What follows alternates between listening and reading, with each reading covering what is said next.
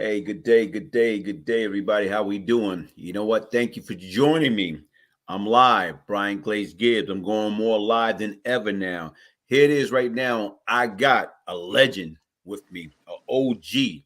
And right now is, man, I watch now and I be seeing some of these episodes on, I'm saying, Power Book 3, Raising Canaan, and everybody's tried to, reincarnate and bring back certain things about the legendary low life. So right now, I got my man, Thristin Howl the third. Peace, peace, peace, people. So Thristin, how you doing today, my brother? I'm doing well, man. As you've seen, I just finished sunbathing and all that, so I'm getting my vitamin D on, and just trying to keep myself in shape and preserve my youth and things like that, and be happy in life, man. And you know what, man? Honestly speaking, when you sit back and you think about the environment and the atmosphere, that concrete jungle that we come from, and how we learn to appreciate peace, how we learn to appreciate tranquility. You talk about you sunbathing out in the backyard, relaxing, taking it easy right now. With growing up in Brownsville, you know what? When you think 1,000 years later, you be out there in your backyard sunbathing. Yeah, I mean, all of it comes with the age and maturity, because even at a younger age, growing up in Brownsville, you wouldn't consider being someplace in peace and tranquility. You want to be in the middle of the action. And, at the younger age, you would call all of this corny, because you want the action. You need your name to ring. You need to be involved, but you have to experience all the stuff like we have experienced in order to know, how to appreciate this. You said a mouthful, man. You use that terminology, corny. Like right now, where it's like, because once again, nobody want to be corny. Nobody want to be a sucker. Nobody, right now, where everybody back then was fronting. So to me, even when you use that terminology, it's like, you know what? Sometimes you have to go through growing pain. Sometimes you have to get uncomfortable to get comfortable. It's like some of the things that we didn't want no part of, or we didn't want to be associated with, the peace, calm, walking the right path. Saying respect, love, honor. We didn't want no part of that because we didn't know no better. Now we get wisdom, knowledge, and understanding. Now I embrace tranquility. Yeah. I can't stand drama. I can't stand to get into an argument. So what I do everything in my willpower to have peace. Yeah. I could be right, but to prevent an argument, yeah, you're right. Just keep it moving, man. Yeah, I mean, consequences, I believe, have been my main teacher. So suffering all the consequences for my actions and things in the past are what really got to teach me the difference between appreciating the tranquility and the peace, or wanting to be involved in the drama at all times, to get your adrenaline rush and things like that. But I give a lot of credit to consequences, and most people who don't suffer consequences, they never actually learn the difference. So usually they wind up suffering a greater consequence if you don't get to be put into certain things that actually help you grow and teach you, especially coming from Brownsville and East New York and like that. It's a different jungle from the rest of the world. You know what? Even as I'm listening to the words that are coming out of your mouth, and you know what? Without no test, there's no testimony. Yes. Nothing. Right now, without no lesson, you can't learn. So you have to have life lesson, life experience. The trials and tribulation or whatever. You know what? Tell me about your humble upbringing, man. I'm from Brownsville, man. I'm from Marcus Garvey Village in Brownsville. I was born in Far Rockaway. Okay. In Far Rockaway, Queens. That's where my family was living at the time. Most of my family came from East New York and Bushwick, but everybody migrated to Far Rock, so I was born there. Maybe the first 9-10 years of my life I spent in Far Rockaway, back and forth from Miami as well. But, I grew up like anybody else in the projects, drug-infested neighborhoods, dysfunctional household, drugs all in my household, people in my family addicted, incarceration, and part of my family tradition, you know. So I was brought up with those understandings, and even to believe that the whole world was like this, not knowing it was actually different throughout the world and different neighborhoods or environments. You know, everywhere I visited, I saw the same things. If I went to other family members' homes, you know, I was just visiting other projects under the same circumstances household. You know, my mother was constantly in and out of prison. Most of my youth I spent growing up visiting her, from Bedford Hills to Rikers Island to, you know, for even after I finished bidding, my mother continued bidding.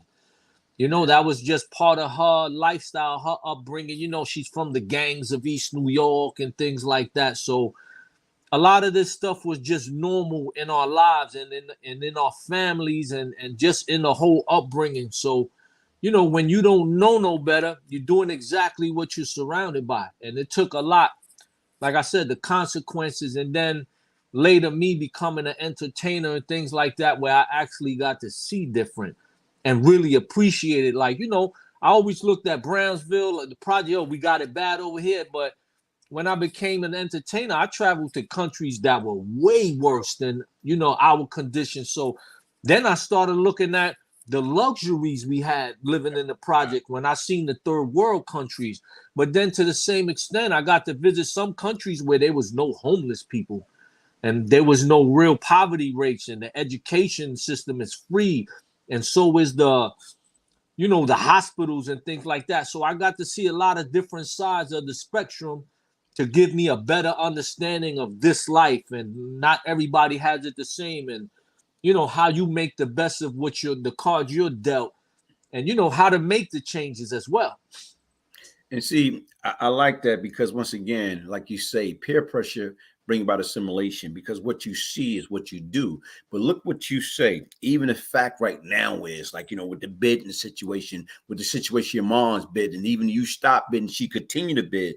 But what really that had me in art, you know, and right now, don't get me wrong, I have done some things in my life, but it's a lot of things I haven't done. But like you say, when you became an entertainer, when you start entertaining, going from country, different stuff, and you start seeing things for yourself. And to me, first of all, shout out. Because once again, a lot of times people do not understand. You know what? In order for you to travel and to be an entertainer, to be a rapper, you know, 9 out of 10, you got to have, you know, right now, quote unquote, or how it used to be, a major label backing you. But once again, at this present time, you backing yourself. You putting your money on you. Because once again, here it is. If you don't need, don't worry about it. I believe in me. I believe in Thristin Howl III.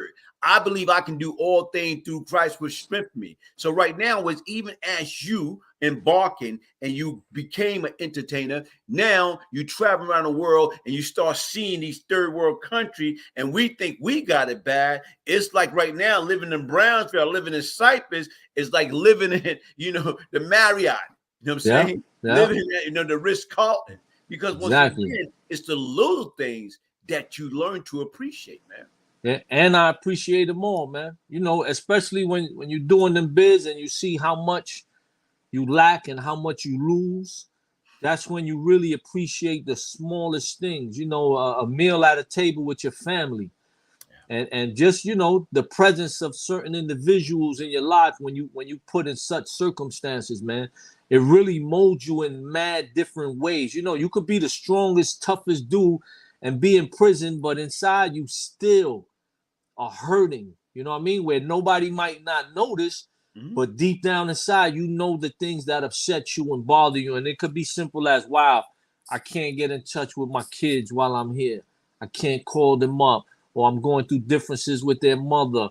Or I've seen, you know, dudes' mothers pass away while we're bidding and things. And the way this disrupts people's lives. But these are also the things that get to mold you and bring about that change, man. Some of the greatest and most harsh situations in life have given me the opportunity to better myself in so many ways. And that's crazy, but it's the truth, you know? Pain, man. Ain't no pain, no gain. Like, you know, like No something struggle, no strength. It's just something that you say as I'm bouncing, as I'm listening to you, being away. I lost my mother. And you know what? When I lost my mother, I'm in a hole, under investigation, locked down. So here it is right now. When I was able to find out my mother passed, man, you talking about cry. I cried like a baby, man. I couldn't stop crying. I didn't have no family member hugging me, talking about it's going to be all right. You know, I had very little asset to the phone. So I had to cope and deal with it on my own. But not only that, man, it's like imagine being in a jail cell, and trying to find out what the heck is going on and everything like that. And you crying because my mother was my mother, my father, my big sister, my best friend. So when I lost her, it was like something that came over me. Like, I know how I feel, and I know how that pain, how I feel. Now I got to do some revelation. I got to do some soul searching. So to me, I'm looking at the pain that I feel. Now I got to go back. Well, what about the people, their family, that you're responsible for taking their loved one? So here it is. If you feel that way, imagine what pain you gave them, inflicted upon them. And see, right now was a wake-up call. Because until that pain hit you upside your head, guess what? You can't relate. So I'm talking about right now, you don't have friends or certain people die and you cry, but it's nothing like somebody that gave you life, that been there from the beginning of time, that every time I was in and out of Rikers Island, bailing me out, get me lawyers and doing different things. That's the only one that's there. Anytime I went through something, don't worry about it, it's going to be all right. Yeah. So now that is gone. Yeah. Now I can't even go and pay that final respect to the woman I love more than life itself. So when you sit back and you think about it, you're right, man. Pain, that's changed me. That's why when I got out, man, and I just celebrate 25 years, I told people I'm not going back. The U.S. Marshal and the probation officer gave me 45 to 90 days. He'd be back. Like I said, I just celebrate 25 years because I refuse to let my late mom teaching, upbringing, love and continue to be in vain, man. Yeah. So that's what I say, man. But like I told you, brother, shout out, man. Hey, let me ask you a question, man. Even with y'all guys, man, tell me, how did you are the founder, you know what I'm saying, of the, the legendary Low Life. How did that came about, man? Because you see it, and don't get me wrong, when I used to see it, I didn't know what it was. And then when you start understanding it, everybody polo down. You know what I'm saying? I mean, I'm one of the founders. There's several of us that came together. I'm the originator of the name Low Lives and things like that. Some that started in the 80s. Deuce from Crown Heights, Deuce from Brownsville, Deuce from Bronx. A lot of, I say, Low Lives to me was born on the Deuce. Because that's where we used to really gather and come together. And that's where Low Life started making their presence felt. Everybody was in Crown Heights doing their thing, taking money or boosting. The same with Brownsville. But on the Deuce is where it really gave birth, because this is where you got to really establish and show who you are to the rest of the neighborhoods and the rest of the boroughs. And you know how the Deuce was. Okay. So for those that's out there listening, if they don't understand, I know what it is. What is the Deuce, man? The Deuce is Times Square, 42nd Street in Manhattan, where all the lights and the big billboards and where you see where Disney actually took over at a point and made it all beautiful. But the Deuce had to be one of the grimiest spots in history, in the history of New York City. One of the most drug-infested, crime happening, prostitution, peep shows, karate. That's where the karate movies was on display every week. And that's where you met girls from all over New York City and New Jersey and Long Island and upstate. That's where all the urban areas came to, for the movies and for dinners and dates. So, the Deuce was a big thing, man, in my life. I started going to the Deuce with my uncles as a little kid and seeing how the rules were. Like I would go as a little kid with my uncle, and no matter when we went to the Deuce, my uncle stabbing somebody or he having a fight or he getting it popping while he's on the Deuce. So I learned those rules at a very young age. Is that it's not no fantasy island place you're going to. When you go up here, you're going to be seen and you're going to make sure you respect it at the same time. So I learned that just rocking with my uncles, man, at an early age. But the Deuce was definitely a big part of my life and Low Life's history. Establishing, as far as they would say now, this was our Instagram and all of that back then, because that's where we went and took all our classical pictures and with all the backdrops, with all the photographers. Yeah. There were several walls everywhere with photographers from everywhere, with all the designer backdrops, 10, 20 in a row and things like that. So this is a place where we really made our home, man. Yeah. And you know what, man? You brought back so many memories, man. Like, hey, I just asked you, man. I didn't expect you. I'm like, damn, man. Like, because you're so real. People on any and everything went down on 42nd Street. Yeah. Went down. You name it. It's right now. Even when the ball dropped, you had so many people used to come. Yo, that was my spot. Come on, man.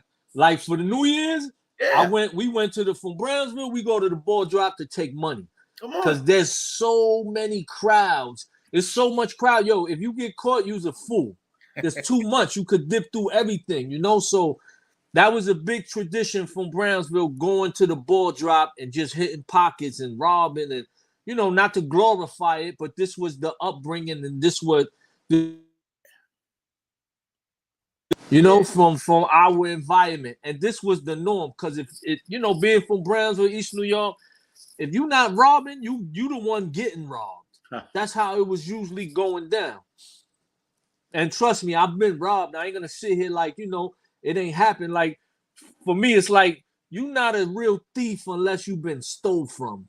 You're not a shooter unless you've been shot. You have to know both sides of the fence to really truly understand it. And you got to have been through it, especially if you're doing it. There's no way you're going to get around it. You stabbing people, you cutting people on Rikers Island, and guess what? Your turn will come. And it always happens.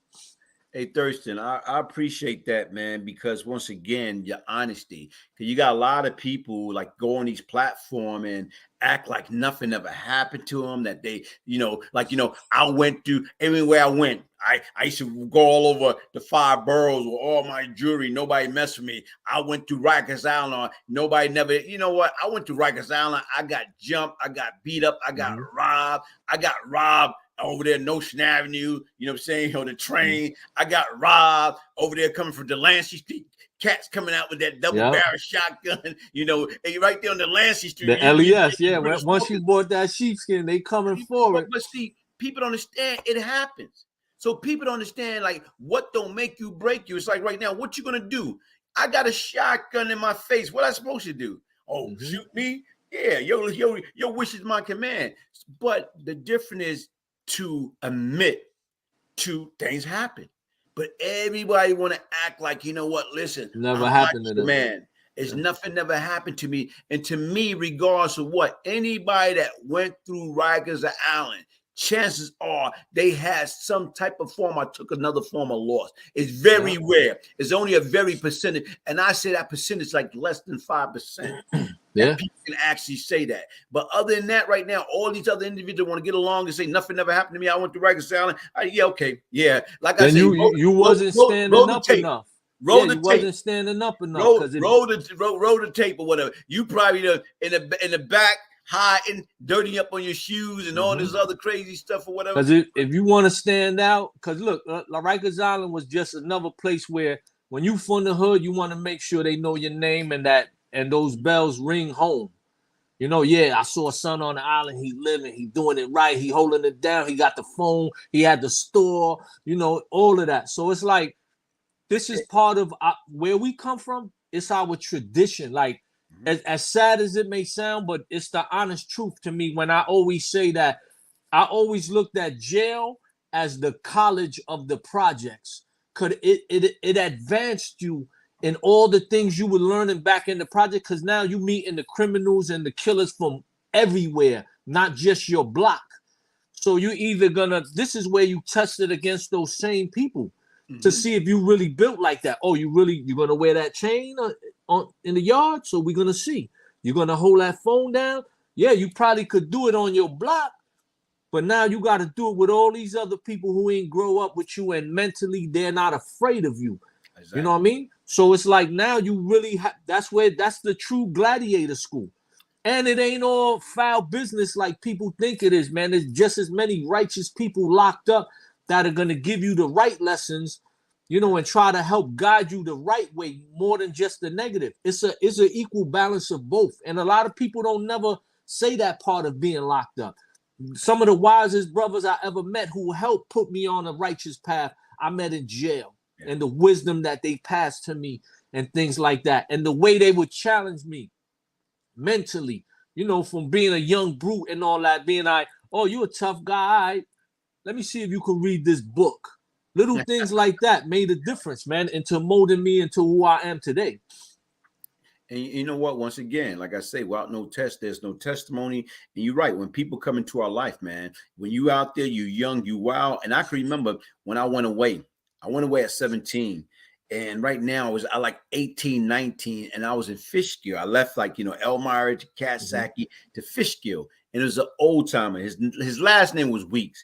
You know, if he's still alive, hey, man, shout out to Weeks. Weeks used to always talk trash to me. He was an older guy, and he used to make leather handbag, leather belt with your name on it or whatever. You know, back then we buy it, send it home to the family, or you wear it for yourself. But anyway, he's always say, yo, man, Glaze, when you get back out there, yo, young boys, they're gonna blow your head off. They're gonna kill you.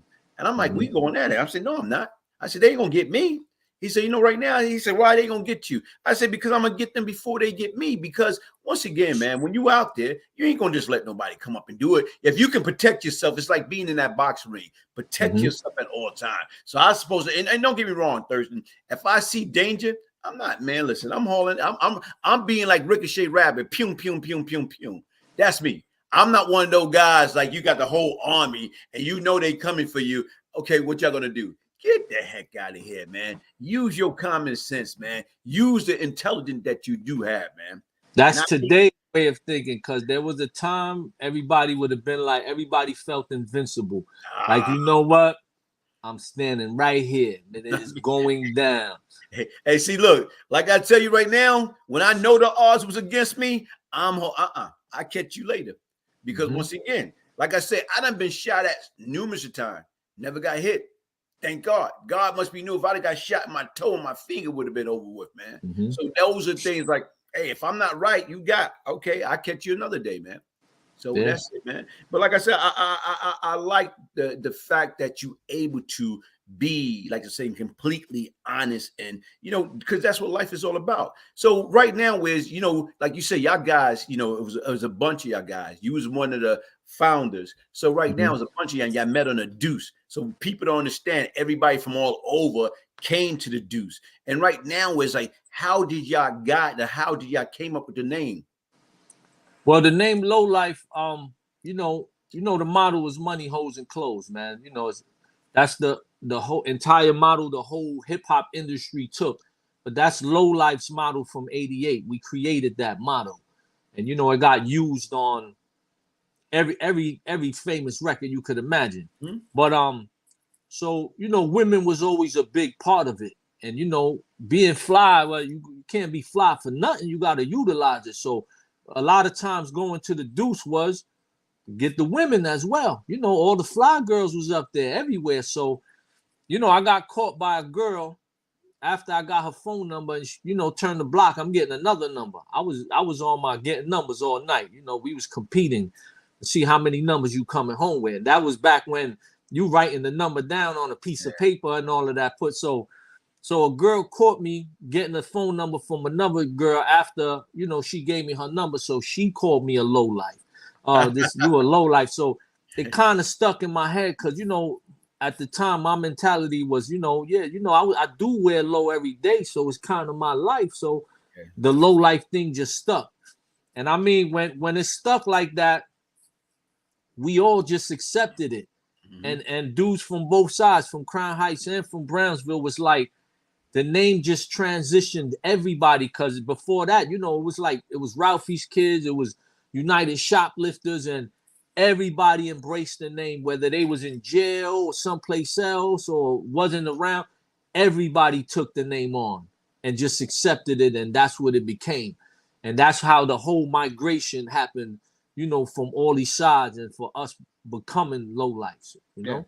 And even with that being said, like I told you, man, honestly speaking, recently, you know, I'm talking about from season 1 on Power Book, I'm saying 3, Raising Canaan, Whereas, like, one of the character Jukebox, I'm saying, supposed to be Canaan cousin, was Mm-hmm. part of the represent of the low life, because once again, it is show you how history. Some people Mm-hmm. do not understand. You can't escape history. So regardless of what, and not probably being portrayed like it was, but the mere mention of it, it's like, to me, it speaks volume, because once again, y'all set the tone. But even with that being said, I love the mention of it, because so many people contacted me due to the fact, right? mm-hmm. And even where they had a scene where, they're robbing the truck for the polo, and then there's a Puerto Rican guy doing the robbing and the knocking out of the security guards, and that was, that was my role. That was what I was known for. So, but many people hit me up like, "Yo, you ain't mad about that, or you mad?" And I'm like, "Why should I be? They warming it up for us." I respect what's going on. I want the low life story, my story, and all that to be no different than Al Capone's story, where it's mentioned in 100 movies and 50 different series. You don't want to be limited to just your production of your story. You want to be tapped into history in that way. So I was happy to see our inclusion into the Raising Canaan and all that. And shout out my low life brothers who actually supplied the wardrobe for the Raising Canaan situation, Oh, see, look, bro, and people don't understand how everything go hand in hand, man. And even right now, like I say, with you, right now, as being an entertainer, it's like, how hard is that being independent, man?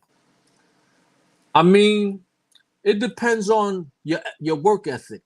Okay. Because even before I took it on full-fledged, I'm a dude who I got 3 jobs, and 2 of them are on call. 1 is permanent. So, I work so much for everybody else that I learned the structure of how business is supposed to happen or how it's supposed to function.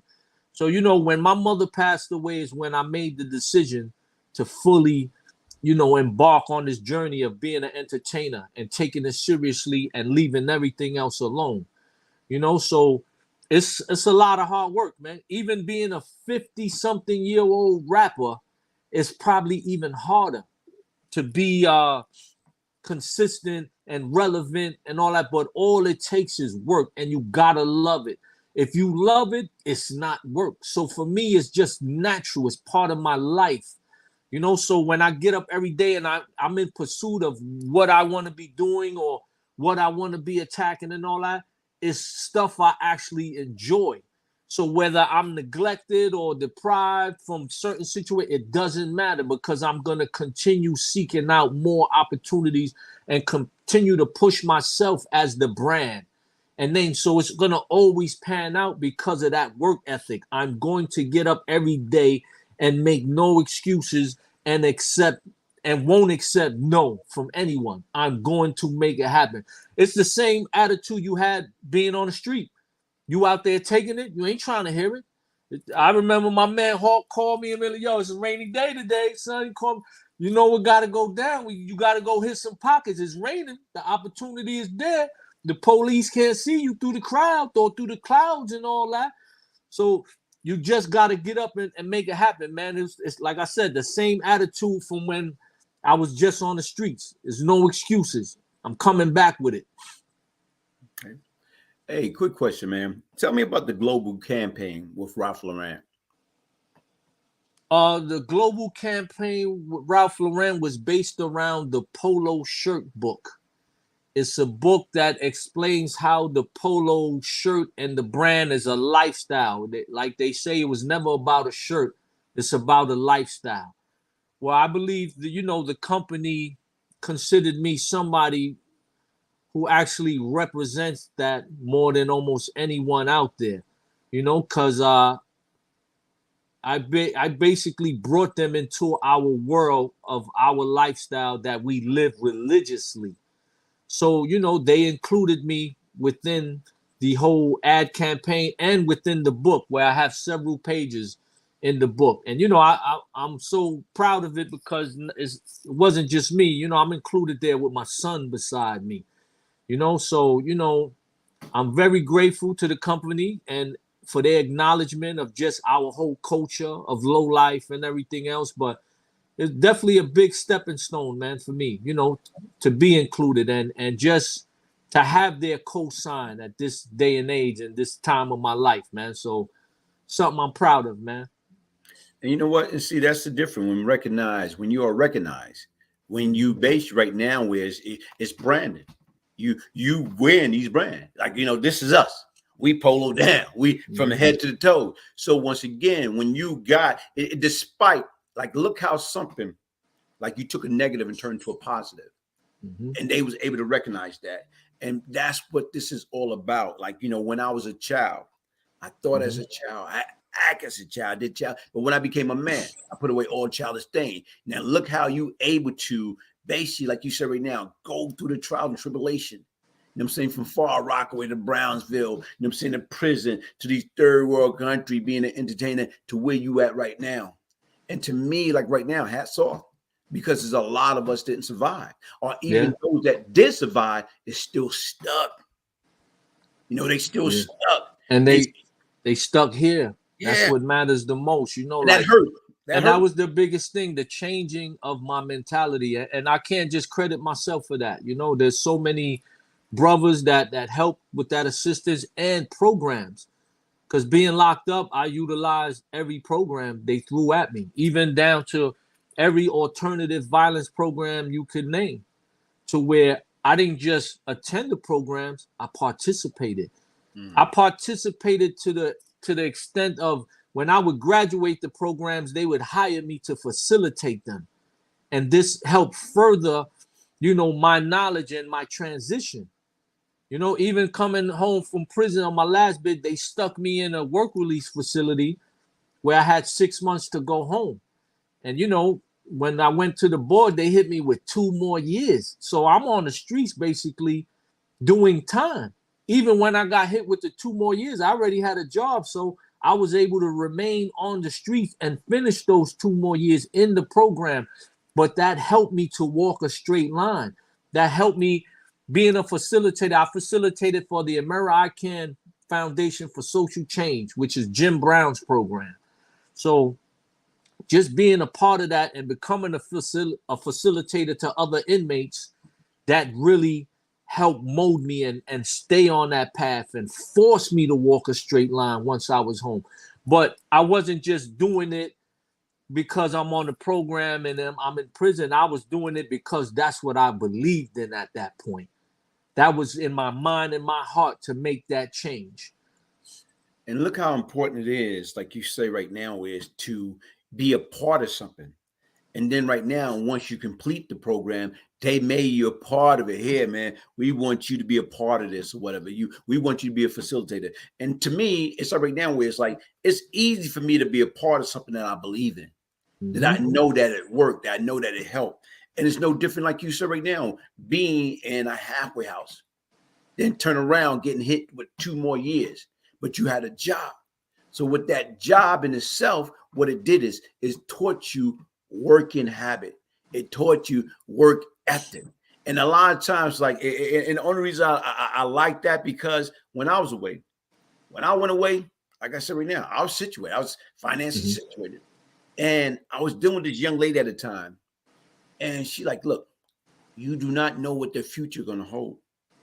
You need to develop working ethic, and a working habit. You need to know how it is to punch a clock. And you know what? I'm like this. I'm not doing that. I'm not, the different. I'm still Glaze, man. I'm still Eminem. And you know what, man? When you got people that's in your ear and they giving you knowledge, they give you advice, and they doing it with love. And to me, that right there, I start getting up, going to Unicorn, punching a clock. I remember Unicorn. Punching a clock. So what I'm saying is it teaches you work ethic, how to be on time, and working overtime in jail. But once again, that whole, like, even every year now, you know what I'm saying? Even I'm out. We done both move on. Every year on her birthday, I give a call. Thank you. First of all, happy birthday. And thank you. Because sometimes you just needed that seed. They say right now, as far as faith, you just need a faith as small of a mustard seed, but you need to plant that seed in order for you to go to that next level. Yeah. And look what it is. Like now, like I say, I just celebrate 25 years of freedom. I wouldn't be able to do that if I didn't have no work ethic, if I didn't have good working habit. And people don't understand that, man. So I commend you, man. I always had the work ethic, even before being incarcerated and all that. Mm-hmm. You know, like I said, I come from a dysfunctional household. I always had to take care of myself from a very young age. So I always knew the importance of having a job and to advance at your place of employment. I never did a job that I didn't want to do. It could have been the wackest, weakest job. I'm going to still do it with excellence to where I'm going to become your boss, your manager, whatever. Even if I was doing crime on my lunch hour and on the weekends, I still was one of those kind of dudes where I knew how to work and I knew to be excellent at my job. So my work ethic was always there, you know, even working in the mess hall up north and all that. The work ethic was there. I mopped the floor with pride. I want to mop it right at that. You know, I don't want to leave smudging. I'm an OCD type of dude. I got to do it right no matter what I'm doing. If I'm into it, I'm doing it right. I'm not just going to sit here and waste my time. You know, doing it right the first time. You just gave me a flashback when I was in Greenhaven. And they had me in E Block, and I was like the orderly on, I think it was 2 Company. So here it is. I'm cleaning up, and you know how you use the shower. You know, you got like 41, 42 guys like on a tier. And I'm looking at the shower, man. It's so disgusting. Yeah. Exactly, man. Like, you're like, damn. So what I did was I went to the CO. His name was Beta. Beta was like one of, the racist CO back then. But anyway, I went to him. So look, give me this. So he gave me everything I need. I went up there for like hours with everything, scrubbing, rubbing, doing everything, everything I could possibly do. And right now, man, like at the end of it, man, you got these brothers coming to me, man. Yo, Glaze, man, yo, baby Gibbs, yo, thank you, man. That's an excellent job. What I took that as, to me, that was like equivalent to cleaning an outhouse. So for those of you people that are out there don't know what outhouse is, back in the days, they didn't have toilet bowls, so you had to go in the wood. So that's how I took it. But to me, what it taught me, if I can do that, I can do anything.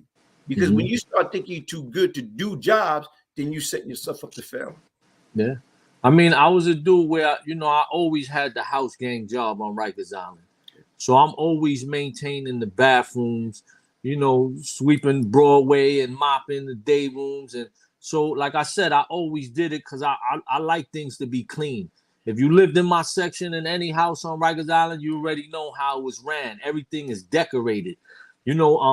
The beds got all the towels. The lockers are decorated with the Newport picture frames that were made and the carved out soaps. So I was always into living comfortably. And even on Rikers Island, everything was polo. Even up north, everything was polo. I've been in facilities where they allowed logos in and all of that.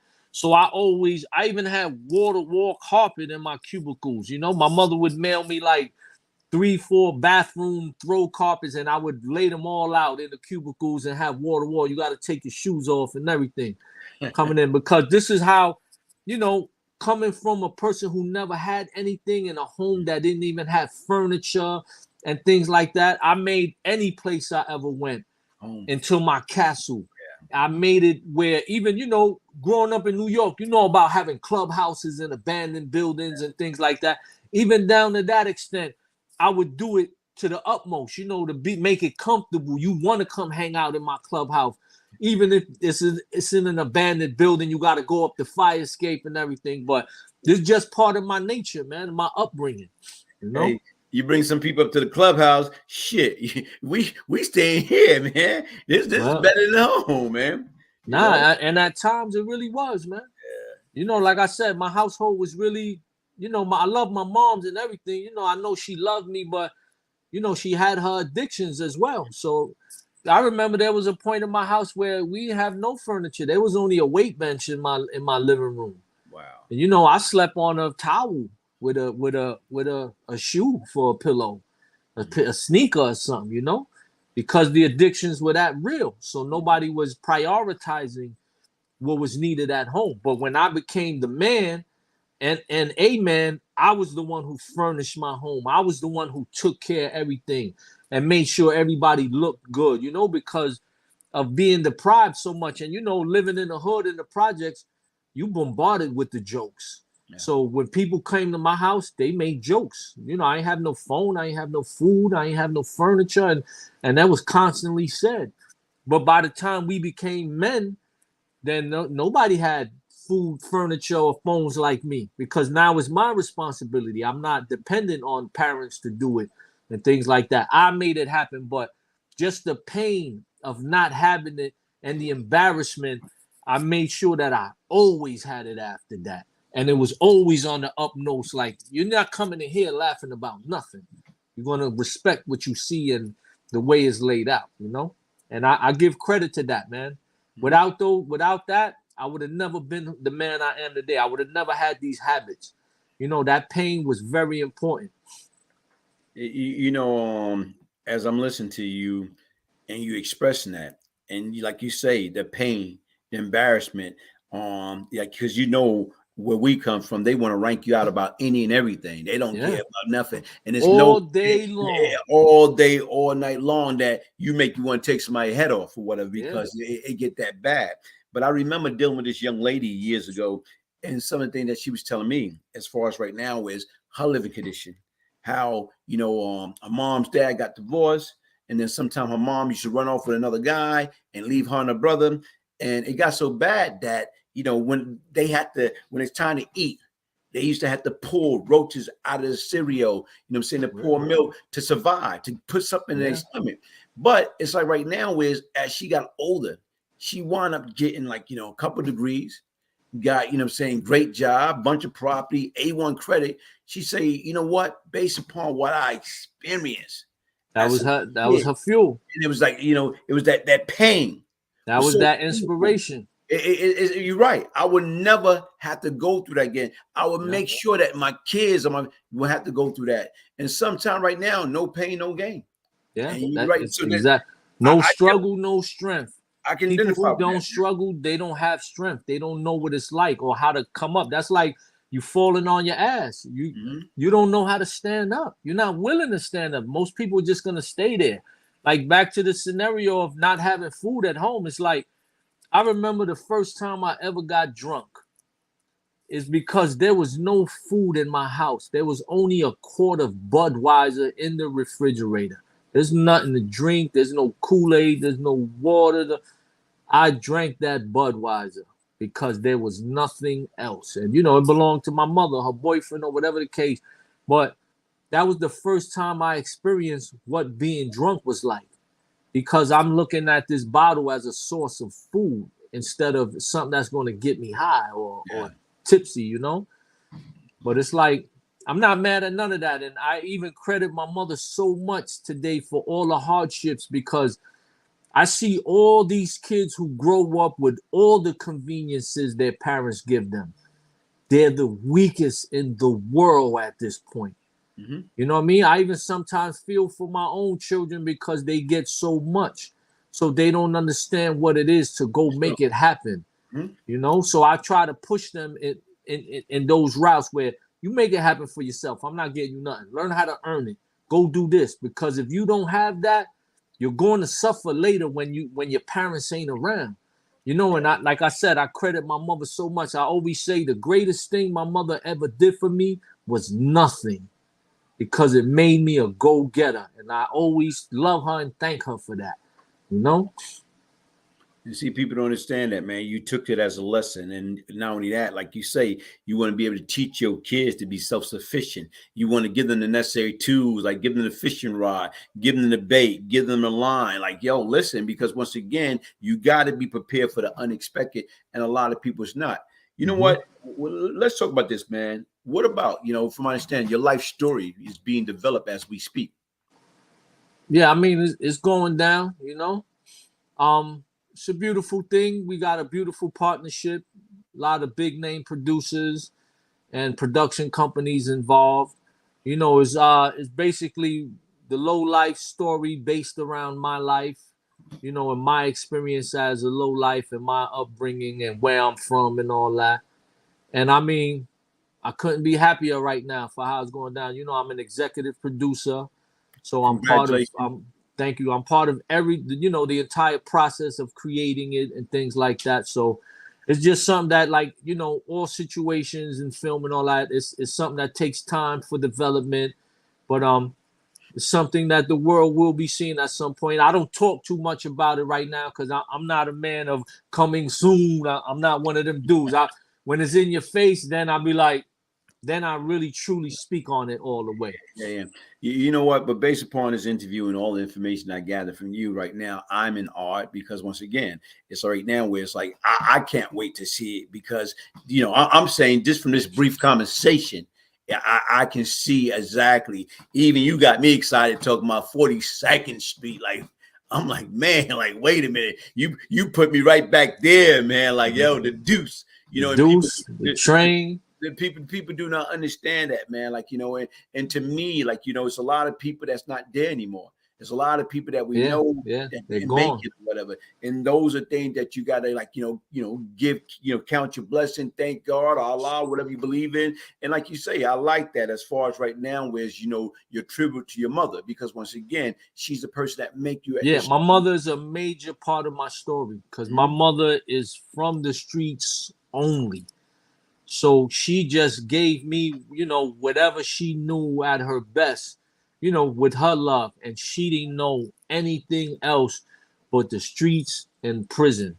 Her education, everything was all of that. So my mother never hesitated to tell me when to do the dirtiness you got to do, And another crazy part is, I went to East New York High School. I went to school where everybody from Cyprus was in my class back in them days and all that.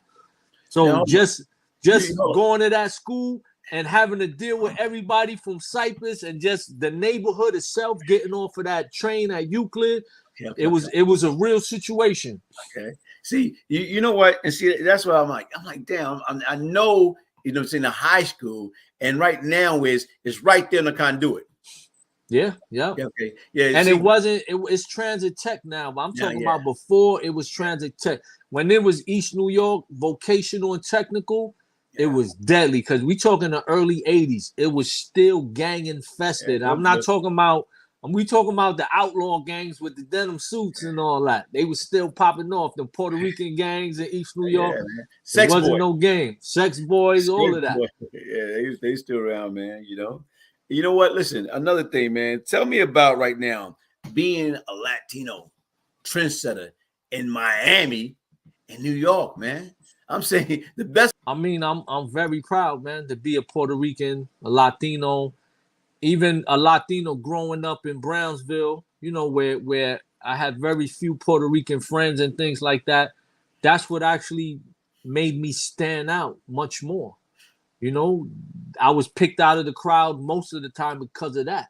Yeah. Who I am. That's what the girls loved me more because I'm the Puerto Rican with the curly flat top and things like that. But it's prideful, man, because even being an artist and an entertainer, when I see the pride my people show me for what I've represented for us and that flag, even doing, because I do Spanish albums and everything. I do films in Spanglish and bilingual. So I just feel good that my people are proud on the way I've represented for them. And, being an icon within hip hop and fashion, even of the streets and things like that. So more than anything is more how my people make me feel by how they feel, how I represent it for us. And then, I love them for that. And I'm going to keep repping. And like I say, bro, you definitely represent well, man. And like I told you now, is for years you hear about your guys and different things, and people don't understand. Like, my objective is, when you listen, you hear like, wow, and you see some of the things come back, and I'm saying, as far as full circle, man. So even with that being said, man, like, how do it feel to be one of the last Brooklyn OG? Right now in that geographical area that you grew up with, how many people still out there? So what I'm saying is almost like the last man standing. And not only that, you still got your mind. You still able to think. You still got your health. You got your family.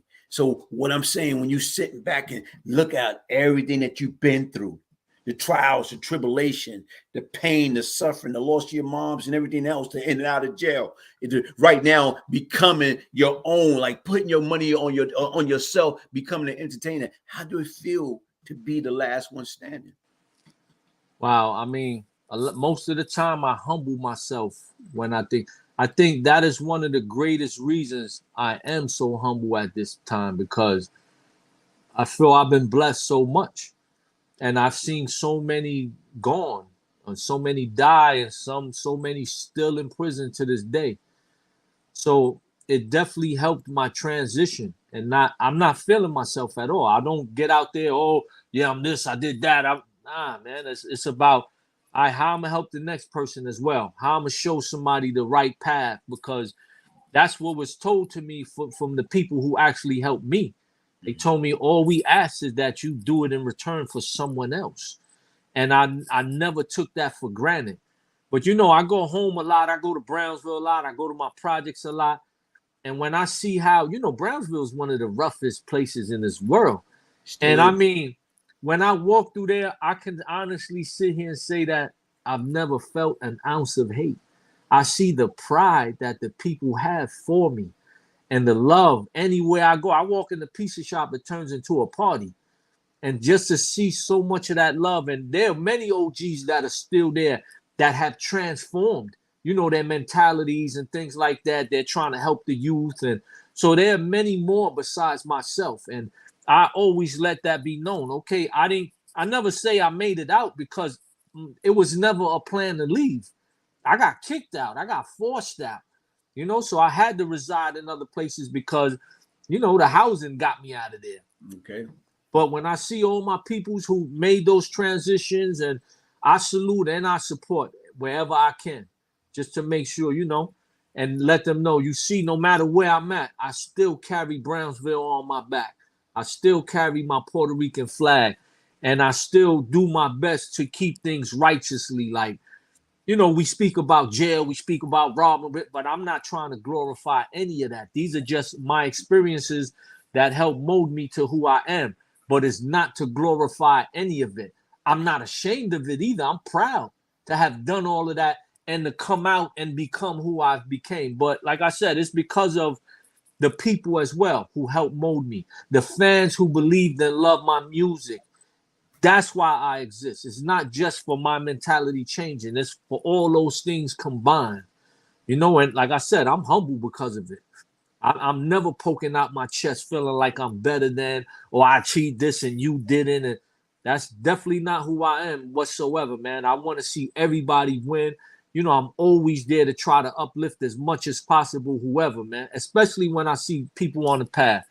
I definitely do those talks with the youth, I definitely try to steer people that righteous way, man. Just through my experience. If they heard my story or they believe in me from every sense, then when you meet me in person, you're going to see a totally different person than what the media is portraying, because I'm about really walking the righteous path, man, as much as possible, without being hypocritical and without, backsliding and all of that. Music and entertainment, yeah, you get all kind of things from me, but that's entertainment,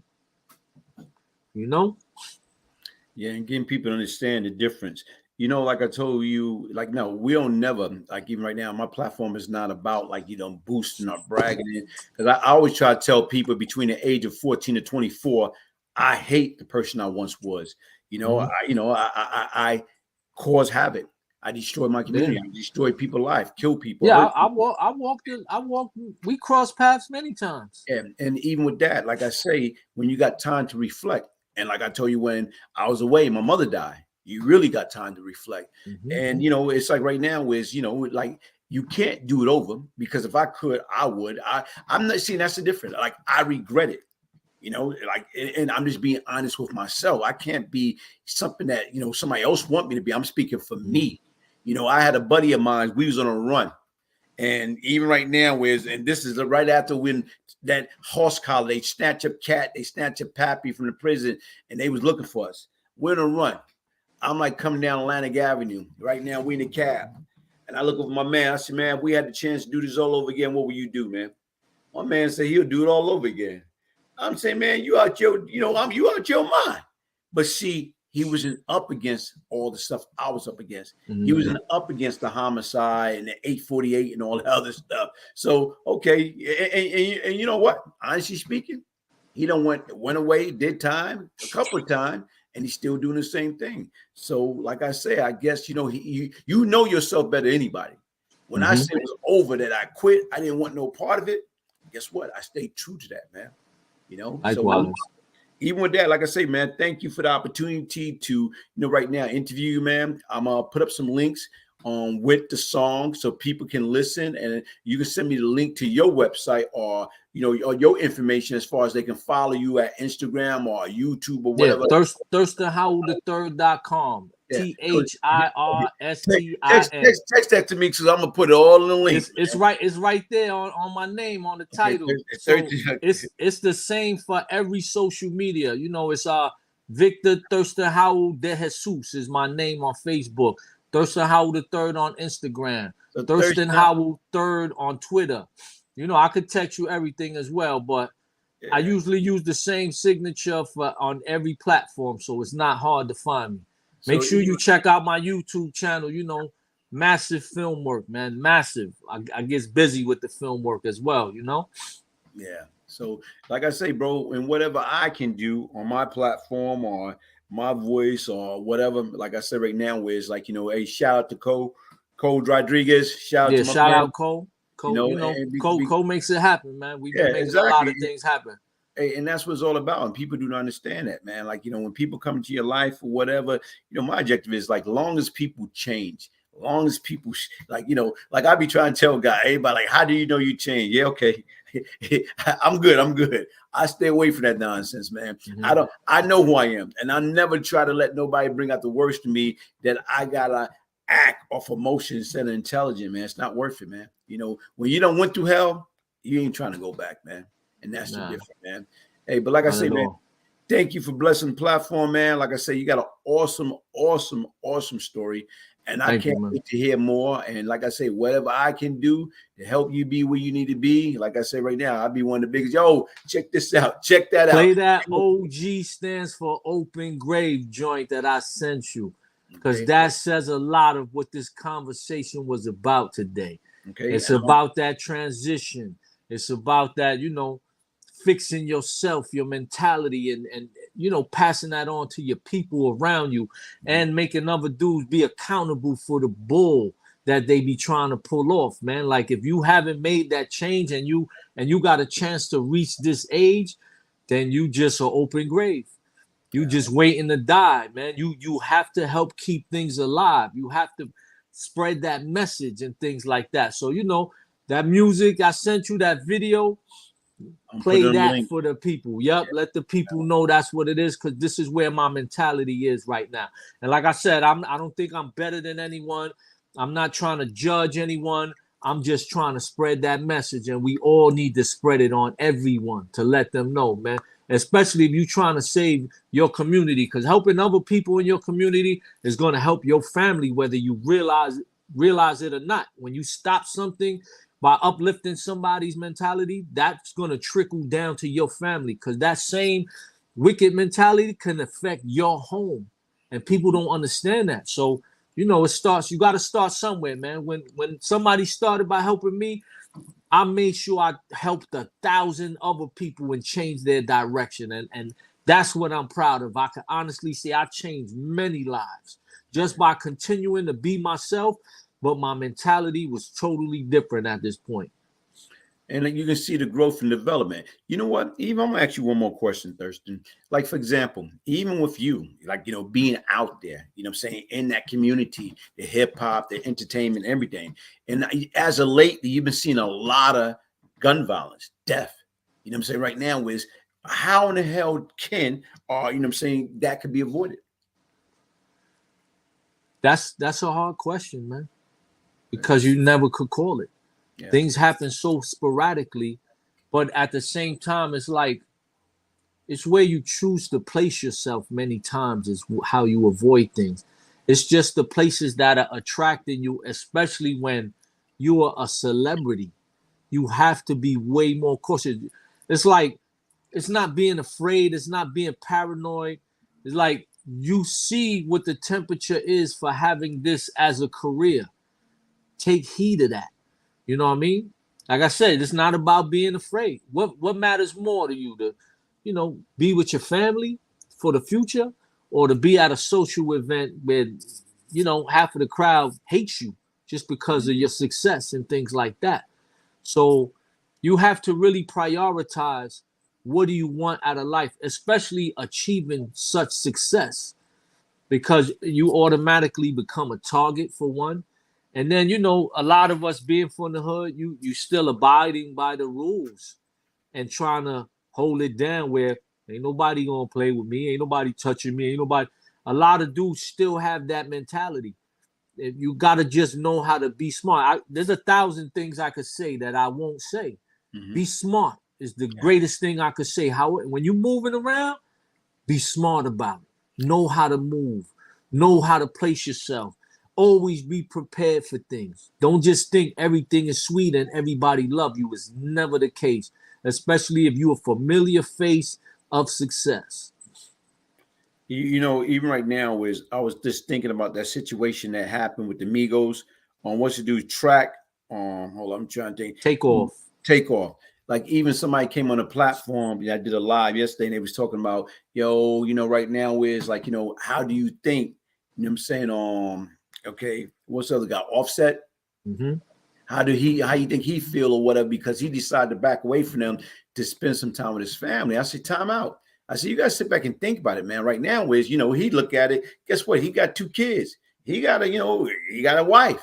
So sometime right now, without probably is like a blessing in the sky. It's like, look, man. I mean, he also look at it like that could have been him. Exactly. If he didn't make the decision he made. Thank you, man. Because once again, when you sit back and you look at it, this brother, you can tell he was there. But he didn't want. It seemed like he didn't want to be there. It's like they say, he was the quietest one. He was in his own little world. But once again, because sometimes we do things not because of us, but my man, my uncle, my brother, let's do this, let's do this. And sometimes we gotta follow our instinct and our gut feeling, man. Y'all go ahead, man. I'm going home.